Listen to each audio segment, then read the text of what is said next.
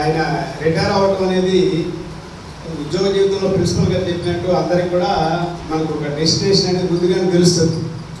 పుట్టడం తెలియదు, చావడం తెలియదు, కానీ ఉద్యోగం రావడం తెలియదు, కానీ రిటైర్ అవ్వడం మాత్రం మనకు తెలుస్తుంది ముందే. కాబట్టి ఈ వేడుక చేసుకోవడానికి అవకాశం మనకు అందరికి కూడా దక్కింది. మరి ఆయన ఎన్నో ఆశలతో రిటైర్ అవుతున్నాడు, ఆశయాలతో ఆశలతో.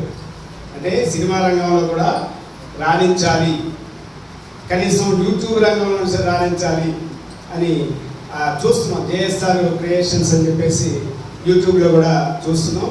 సరే, మనిషి వాడటం గెలవటం అనేది ముఖ్యం కాదు, ప్రయత్నమే ముఖ్యం.